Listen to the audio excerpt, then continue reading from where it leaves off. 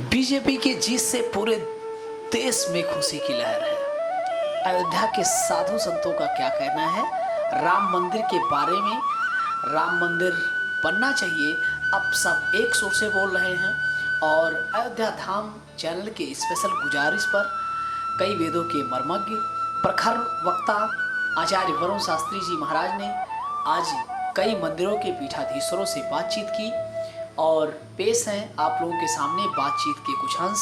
राम मंदिर के लिए 1.25 करोड़ पार्थिव पूजन करवाने वाले महंत राम प्रकाश दास जी के कृपा पात्र शिष्य त्यागी दिलीप दास जी। त्यागी जी महाराज, यह सरकार फुल बहुमत से आई और इसके पहले सारे संत लोग सरकार से राम मंदिर के लिए अपेक्षा किए थे, तो अभी क्या लग रहा है?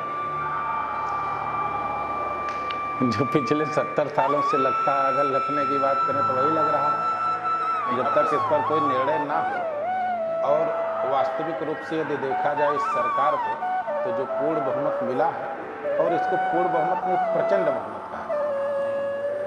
पूर्ण बहुमत वो होता है 542 लोकसभा सीटों पर चुनाव हुआ है, 272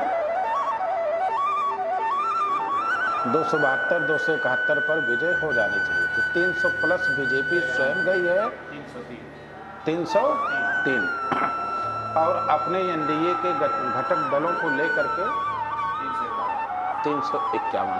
तो इसको पूर्ण बहुमत नहीं, इसको प्रचंड बहुमत कहा जाएगा। नेहरू जी और इंदिरा जी के बाद ये जो प्रचंड बहुमत मिला हो, मेरी बात पूरी आप सुनिए पहले। ये जो प्रचंड बहुमत मिला हुआ है, 2014 में भी बहुमत मिला था, उसको पूर्ण बहुमत हम कहेंगे। पूर्ण बहुमत की सरकार पहली बार की बनी थी। तो 2014 में जो बीजेपी की या मोदी की सरकार बनी, जनता ने जो पूर्ण बहुमत दिया था वो एक उम्मीद करके दिया। उसने 10 साल मनमोहन जैसे प्रधानमंत्री को देखा था, या यूं कह लिया जाए कि शिथिलता के कारण उनको झेला था देश ने। मोदी के रूप में एक उम्मीद के रूप में एक विकल्प उम्मीद किया लोगों ने। 5 सालों तक जो उम्मीद किया, जिस हिसाब से पूर्ण बहुमत दिया था देश ने, उस हिसाब से काम नहीं। खैर, वैश्विक स्तर पर भारत का सम्मान ऊंचा बढ़ाया, सब कुछ हुआ, लेकिन जो जनता की वास्तविक उम्मीदें थी उस पर सरकार पूर्णतः सफल नहीं हो पाई। तो केवल 5 साल अपना आगामी तैयारी में लगी। अब की जो प्रचंड बहुमत मिला हुआ है, इसमें देश ने इनके ऊपर उम्मीद नहीं विश्वास किया। इसलिए अपनी बार सरकार से अपेक्षाएं ज्यादा हैं और सरकार का दायित्व ज्यादा है। और हम तो ये कहेंगे कि सरकार अपने दायित्व से तभी निकल पाएगी, सभी समस्याओं का समाधान भगवान रामलला के मंदिर निर्माण में। अगर राम मंदिर निर्माण से अपनी 5 वर्षीय यात्रा का शुभारंभ करते हैं, तो मैं भरोसा करता हूँ, विश्वास करता हूँ कि सरकार पूर्णतः 5 साल तक चलेगी और भविष्य का भी निर्माण करेगी। यदि उन्हें विश्वास पर खड़े नहीं उतरते हैं तो दिक्कत तो देश को चला। अयोध्या से कोई मंत्री नहीं बनाया गया है, फिर भी अयोध्या के विकास के ऊपर सरकार से तो अपेक्षा है ही है। और क्या अयोध्या के विकास के ऊपर इनका विशेष फोकस रहेगा? अब उम्मीद हमको यही है, अयोध्या फोकस रखना इनकी मजबूरी है, इनकी मजबूरी है। और भारतीय जनता पार्टी की, एनडीए की, गवर्नमेंट की बिल्कुल है, क्योंकि इनकी पूरी राजनीति की शुरुआत ही अयोध्या और अयोध्या के नायक भगवान राम। आपने मंत्री की बात की, मैं इसको कोई गिला नहीं, कोई शिकायत मुझको नहीं है। ये राजा राम की धरती है, ये राष्ट्रपति हैं, नायक हैं, और इनके यहाँ तो मंत्री बनाने कोई मतलब नहीं है। इनके यहाँ तो राष्ट्रपति भी आवे, प्रधानमंत्री भी आवे, सब इनके दरबारी में। यहाँ से मंत्री बनाने इसमें कोई गिला नहीं, कोई शिकायत नहीं। उत्तर प्रदेश के तो लोग बने। संतों की अपेक्षा क्या है सरकार से? संतों की अपेक्षा है कि समाज का कल्याण हो, विश्व में शांति हो, राष्ट्र का उत्थान हो, और सबसे पहले धर्म की स्थापना। धर्म और रक्षति रक्षिता, ये सरकार धर्म के नाम पर राजनीति, ये सरकार धर्म के नाम पर राजनीति। महापुरुषों से मैंने सुना है कि राजनीति में धर्म नहीं होना चाहिए, धर्म में राजनीति नहीं होना चाहिए, लेकिन राजनीति में धर्म। 3 लोगों ने धर्म की राजनीति किया, लेकिन राजनीति में धर्म को धारण नहीं किया। अब इनको धारण क्यों? धारण तो धर्म धारण के क्रम में रामलला जी प्रथम दृष्टया धर्म की स्थापना करनी है तो भगवान राम के भव्य मंदिर का निर्माण। हमारी पूजा हो रही है, हमारा अधिकार है, हमारे रामलला सब कुछ है, लेकिन एक भव्यता, एक नव्यता, उनके नाम पर राजनीति करने वाले लोग जो वैभव का उपभोग कर रहे हैं, कम से कम उनको शर्म भी आनी चाहिए।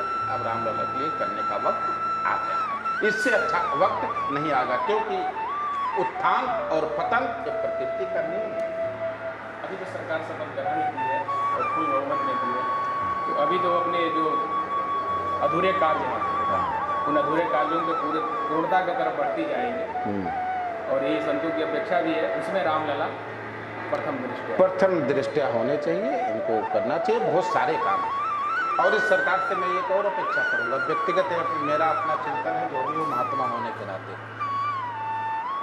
आज भारत उस स्थिति में 1947 के बाद आज भारत उस स्थिति में खड़ा है कि भारत का एक, जहाँ शास्त्रों में, पुराणों में, गीता में या समाज में जो वर्ण आश्रम की व्यवस्था, बड़ व्यवस्था बनाई गई है, जिसमें दलित की बात रही है, आज़ादी के बाद से उनके उत्थान की बात होती रही है, हमको लगता है अब इससे अच्छा अवसर नहीं आएगा। आज भारत का राष्ट्रपति स्वयं दलित है।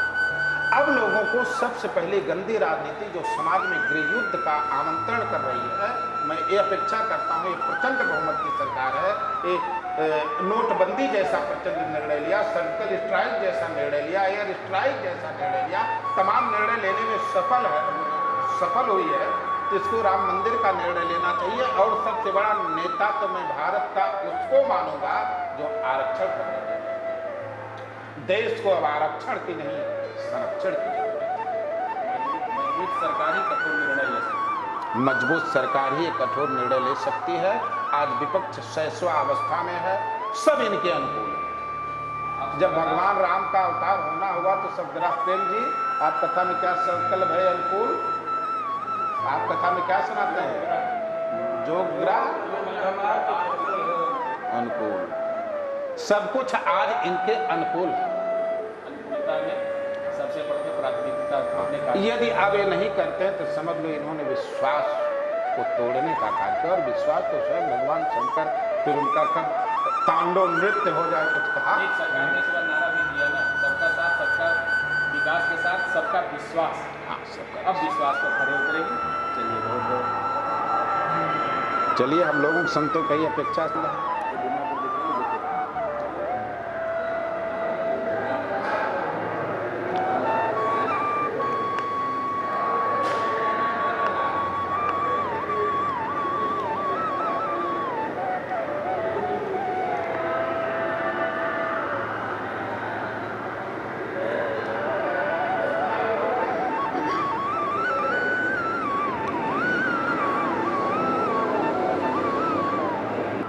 चलो बोल दे करो। आपने तो राम जन्मभूमि के लिए 1.25 करोड़ पार्थिव शिवलिंग का अभिषेक भी कराया था, और पूरे देश में भ्रमण करके अयोध्या के अलावा भी विश्व शांति के लिए कार्य करते रहते हैं। तो आम जनमानस के लिए और नया ये जो अभ्युदय हो रहा है देश की, इसके लिए क्या संदेश? भगवान रामलला के जन्मभूमि पर भव्य मंदिर का निर्माण होना चाहिए।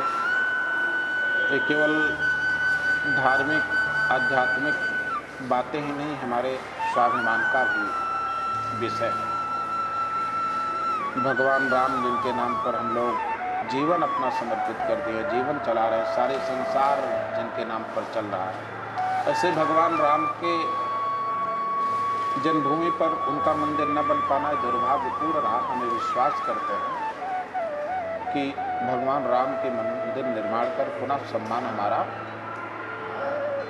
स्थापित किया जाएगा। और मैं देशवासियों से निवेदन करता हूँ, अनुष्ठान में बड़ी ताकत है। भगवान राम स्वयं भगवान होते हुए, सर्वसमर्थ होते हुए भी वो चाहते तो उनके साथ ऐसे लोग, उनका छोटा भाई ऐसा था, उनके मंत्री मंडल के लोग ऐसे थे, हनुमान जी जैसे उनके सेवक ऐसे थे, वो चाहते तो रावण को नस्तनाबूद कर देते। भगवान राम ने शांति का प्रस्ताव रखा और अनुष्ठान पर विश्वास किया। उन्होंने भगवान शिव का अनुष्ठान, लिंग था विधिवत कर पूजा, शिव समान प्रिय मोहन।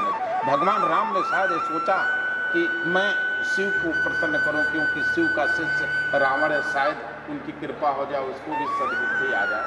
हमको जहाँ तक भी हो शांति के साथ विजय को प्राप्त करनी चाहिए, ठीक है। और देश को भी अनुष्ठान पर विश्वास करना चाहिए। हमारे राम आदर्श हैं, राम का प्रत्येक आचरण हमारे जीवन में उतरना चाहिए। हम लोगों से सम्मान चाहते हैं, लोग हमारा सम्मान करें, लोग हमारा चरण छुएं, लेकिन हम अपने आचरण का ध्यान नहीं देते। यदि हम राम के चरित्र को जीवन में उतारेंगे तो हमारा आचरण बदल जाएगा। जब हमारा आचरण बदल जाएगा तो संसार स्वयं मेरा सम्मान करने लगेगा। हम राम के जीवन को अपने जीवन में धारण करें। अयोध्या से हमारा यही संदेश है, अयोध्या का महत्व।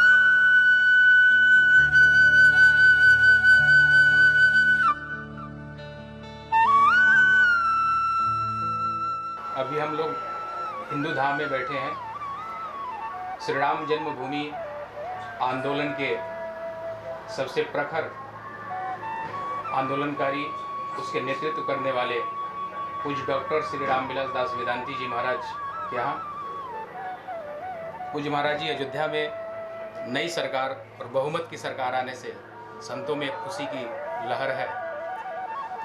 तो बहुमत की जो सरकार आई है, इस पर आपका? हम लोगों को जो आशा थी कि सरकार बहुमत से आएगी, जनता जनार्दन ने उन सब की इच्छाओं की पूर्ति किया है। जनता जो चाहती थी वही हुआ। जनता की हार्दिक इच्छा थी कि देश में मोदी की सरकार बने, भाजपा की सरकार बने।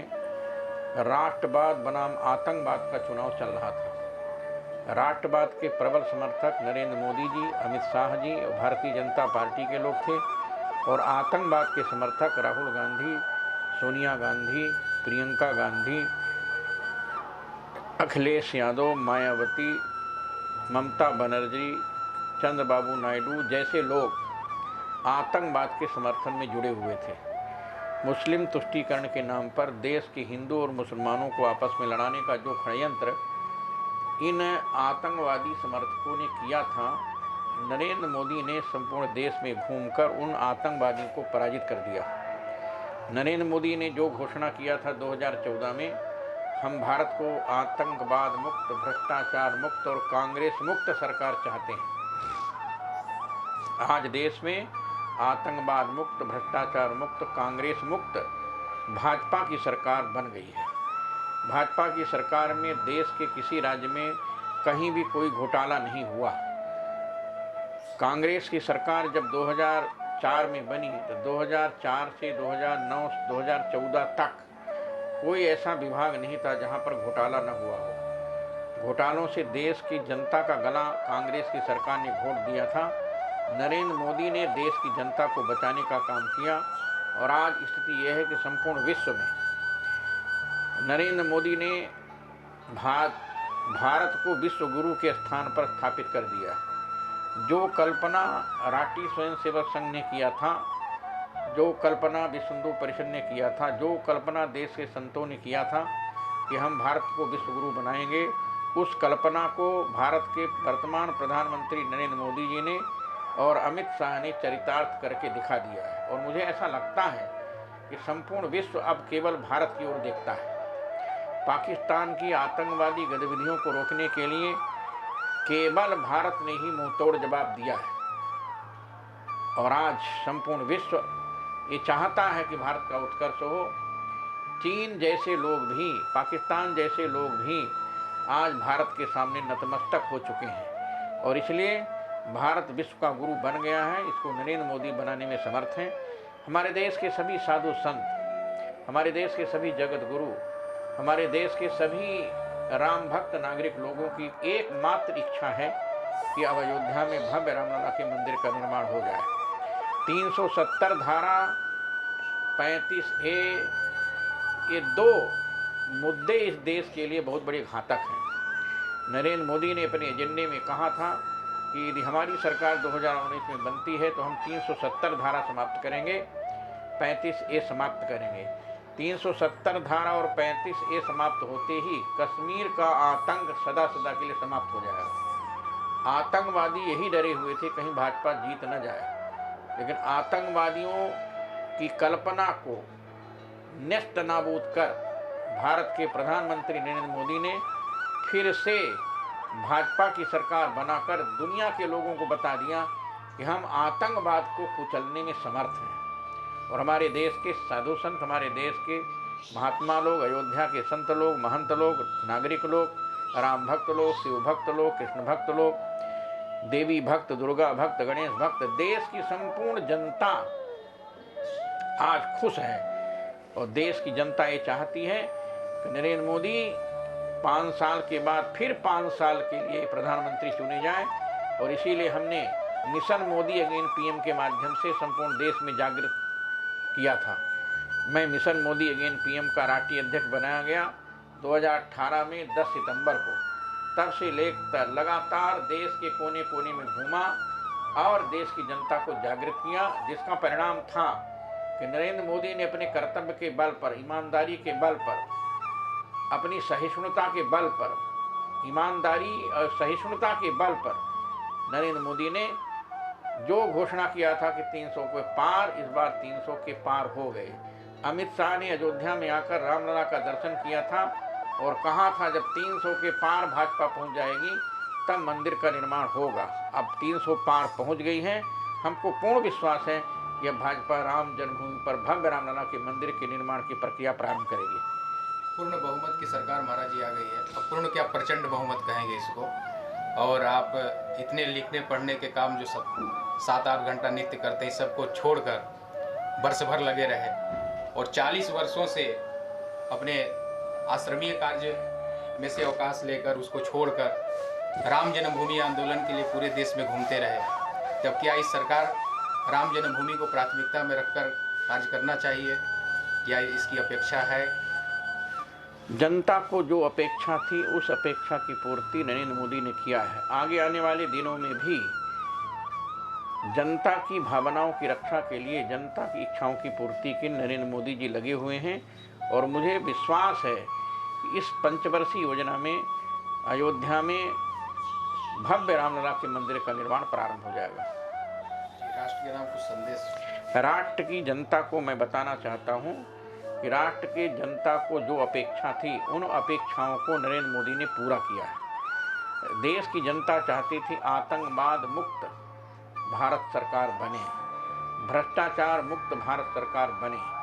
आज भ्रष्टाचार मुक्त और आतंक मुक्त सरकार भारत में बन चुकी है। और मुझे ऐसा लगता है कि अब आतंकवादी अपना बुरिया बिस्तर बांधकर पाकिस्तान और बांग्लादेश भाग गए हैं। अब भारत की धरती पर कोई आतंकवादी जिंदा नहीं दिखाई देगा, ऐसा मुझको विश्वास है।